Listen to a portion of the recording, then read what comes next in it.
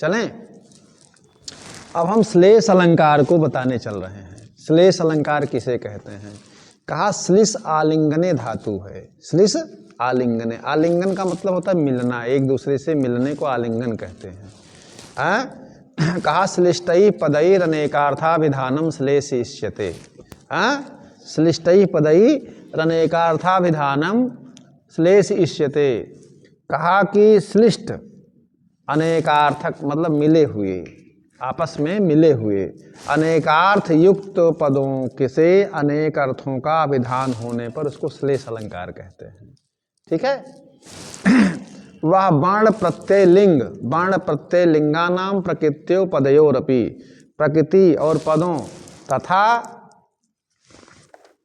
श्लेषाद विभक्ति वचन भाषाणाम अष्टधा च सा। विभक्तियाँ वचन और भाषाओं के श्लेष जो है अनेक प्रकार से होने से वह श्लेष 8 प्रकार का होता है। श्लेष अलंकार कितने प्रकार का होता है? 8 प्रकार का होता है। अब कहा श्लिष आलिंगने धातु से श्लेष घ प्रत्यय करने पर श्लेष शब्द बनता है। कहा श्लिष्टै पदैर अनेकार्थाभिधानम श्लेषिष्यते। श्लिष माने मिले हुए, आपस में जो अनेक अर्थों का विधान करने वाला जो होता है उसे श्लेष अलंकार कहते हैं। पहली चीज़ ये बताइए कि मिले हुए, जैसे ये लकड़ी का ऊपर परत का है, ये नीचे वाली लकड़ी है, फेविकोल से जोड़ देते हैं तो लकड़ियाँ 2 होने पर भी ऐसा जुड़ जाती हैं कि वो एक लगती हैं। हाँ 2 लेकिन वो लगती एक हैं, लगती हैं, होती नहीं, लगती हैं। ध्यान दीजिए। आपने प्रचार में देखा होगा जब फेविकोल से हाथी के पैर को चिपकाते हैं तो कहते हैं ना कि जोल लगा के ऐसा क्याली सा। सुना देखा वो ज्ञान उनको, वही मैं दे रहा हूँ, उनका ज्ञान कैसे पकड़ेगा। उनको बताया ये चीज़ जाए जो समझ जाए। जोड़ लगा के ऐसा कि आलीसा, आलीसा। देखा सब जान रहे हैं। फेविकोल से जब हाथी के पैर को एक किया जा सकता है तो 2 लकड़ियों को ऐसा जोड़ दीजिए कि रहें 2 श्लिष आलिंगने, मिली हुई, अनेक अर्थों की, मतलब अनेक अर्थ जो है उसमें ऐसे आपस में मिले हुए हैं, शब्द एक ही लगे। ठीक है। श्लेष आलिंगने धातु से श्लेष बनता है। तो श्लेष अलंकार क्या है कि शब्द जो है एक होगा, अनेक अर्थों का विधान करेगा। जैसे एक लकड़ी हो करके अनेक लकड़ियाँ होती हैं, मिली होती हैं आपस में, लेकिन वो लगती हैं एक, होती नहीं, ये अंतर है। उसी तरह से श्लेष अलंकार होते हैं। तो कहा कि वह जो श्लेष अलंकार है 8 प्रकार का होता है। कहा वर्णश्लेष। ठीक, कौन कौन? वर्णश्लेष, प्रत्ययश्लेष, प्रकृतिश्लेष, पदश्लेष, लिंगश्लेष, ये सब है ना। विभक्तिश्लेष, वचनश्लेष, भाषाश्लेष, इस तरह से जो है 8 प्रकार का श्लेष अलंकार होता है। जैसे क्रम से उदाहरण देंगे तो समझ जाएंगे आप। का प्रतिकूलताम उपगते ही विधौ विफलत्व मेति बहुसाधनता अवलंबनाय दिन भर्तु रभून्न पतिष्यतः कर सहस्रम अपि।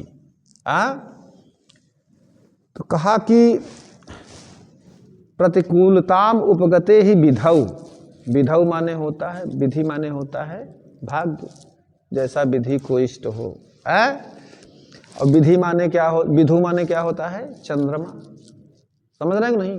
विधु माने, और विधि माने भाग्य। कहा ये शिशुपाल वध महाकाव्य के 9वें सर्ग का है। सूर्यास्त वर्णन परक यह पद्य है। सूर्य के अस्त होने से संबंधित इस पद्य का इसमें वर्णन किया गया है। सूर्यास्त का कैसे वर्णन किया है? कहा विधौ, विधौ माने भाग्ये चंद्रे च। कहा दैवम दिष्टम भागदेयम भाग्यम स्त्री नियतिर्विधि। इतने जो है क्या नाम से ये भाग्य शब्द के पर्यायवाची हैं। भागधेय, विधि, समझ रहे हो ना, दैवम, दिष्टम, ये सब ना, नियति, विधि, कर नीति को यही इष्ट था, भाग्य को यही था। और अच्छा, विधु सुधांशु शुभ्रांशो औषधीश्च कला निधि। औषधि माने भी चंद्रमा होता है। औषधि माने, आपको नया ज्ञान मिला, औषधि माने नहीं पता रहा होगा कि चंद्रमा। कला निधि, कला निधि का मतलब चंद्रमा, समझे। शुभ्रांशु, ठीक, सुधांशु, ये सब चंद्रमा के पर्यायवाची हैं।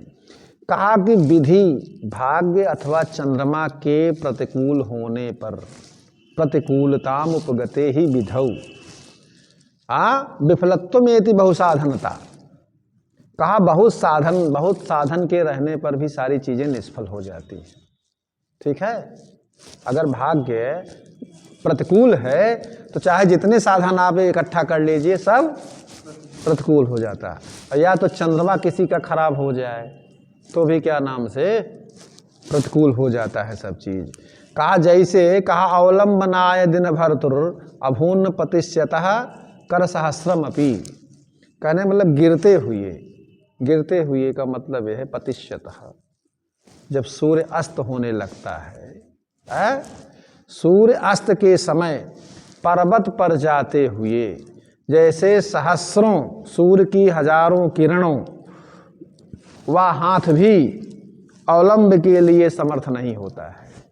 समझ रहे हैं, वही सूर्य होता, वही सारी चीज होती है, लेकिन पर्वत की तरफ जब अस्त की तरफ जाता है तो हजारों किरणें वो किसी काम की नहीं होती है। ठीक है, कुछ पता चलता है। जैसे उसी अत्र विधौ इत विधु विधि शब्दयोर उकार इकारयोर औकार रूपत्वाश्लेषः। यहाँ देखिए वर्णश्लेष का उदाहरण है। यहाँ क्या है, वर्णश्लेष का उदाहरण है। विधि शब्द है, विधि, विधि माने भाग्य। तो विधि शब्द का रूप जो है सप्तमी के एक वचन में क्या बनेगा, विधौ। विधि विधि विधेय, विधि विधि, इस तरह से सप्तमी के एक वचन में विधौ बनेगा। और विधु शब्द के भी सप्तमी के एक वचन में क्या रूप बनेगा, विधौ बनेगा। समझे कि नहीं, विधौ बनेगा। तो दोनों का एक ही रूप बनेगा विधौ। तो क्या लिखा, तो मतलब नुक्ते की हेर फेर से खुदा जुदा हो जाता है। जहाँ नुक्ता इधर का उधर कर दिए तो जहाँ खुदा पढ़ा जाएगा वहाँ जुदा पढ़ा जाए लगेगा। इकार और उकार ऐसे में विधौ, विधौ एक शब्द है लेकिन इकार उकार जो है अलग अलग हैं। विधि माने भाग्य, विधु माने चंद्रमा।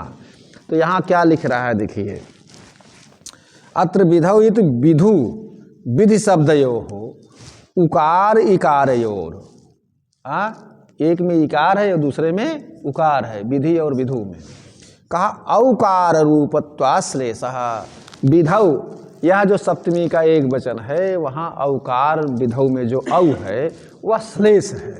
समझ रहे हो नहीं, वहाँ श्लेष है क्योंकि शब्द विधौ है लेकिन इकार भी है और उकार भी है, अनेक अर्थों का विधान कर रहा है शब्द एक होकर के, इसलिए यहाँ श्लेष अलंकार है। कैसा श्लेष है, कहा वर्ण श्लेष है। ई और उ वर्ण का श्लेष है यहाँ पर। यहाँ क्या है, ई वर्ण और उ वर्ण का श्लेष है, इसलिए यह श्लेषा वर्ण श्लेष का ये बढ़िया सुंदर उदाहरण है। अब कहा भैया चंद्रमा, जब किसी लड़के की कुंडली दिखाने जाते हो तो कहते इसका चंद्रमा बड़ा खराब है, तो बालारिष्ट जोग है, ये है। कहा ये तो आप ज्योतिषियों की कल्पना करते हैं, और कोई उदाहरण है आपके पास। कहा चंद्रमा खराब होने पर आदमी की बात छोड़िए, शंकर जी की वो हाल देखिए कितनी खराब हो जाती है। कहा क्या, कहा कि चंद्रमा जो है शंकर जी के मस्तक पर कैसा है, बताइए। शंकर जी के मस्तक की चंद्रमा कैसी है, सफ़ेद तो है ये है लेकिन कैसी है, टेढ़ी है। इतना भी नहीं जानते हो, मस्तक पे देखो शंकर जी की चंद्रमा टेढ़ी है कि सीधी।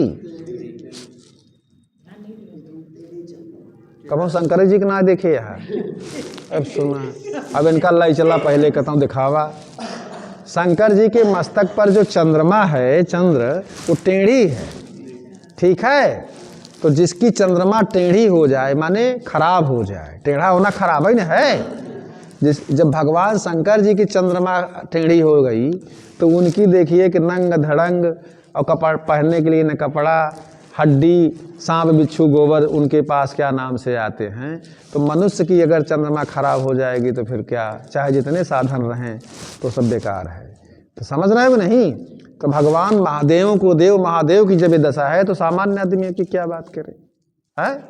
तो इसीलिए जब भाग्य और क्या नाम से चंद्रमा खराब हो जाए तो चाहे जितने साधन कर लीजिए तो सब विफल हो जाते हैं। हाँ, क्यों? जब भाग्य खराब हुआ तो मही डोली या आकाश डोला,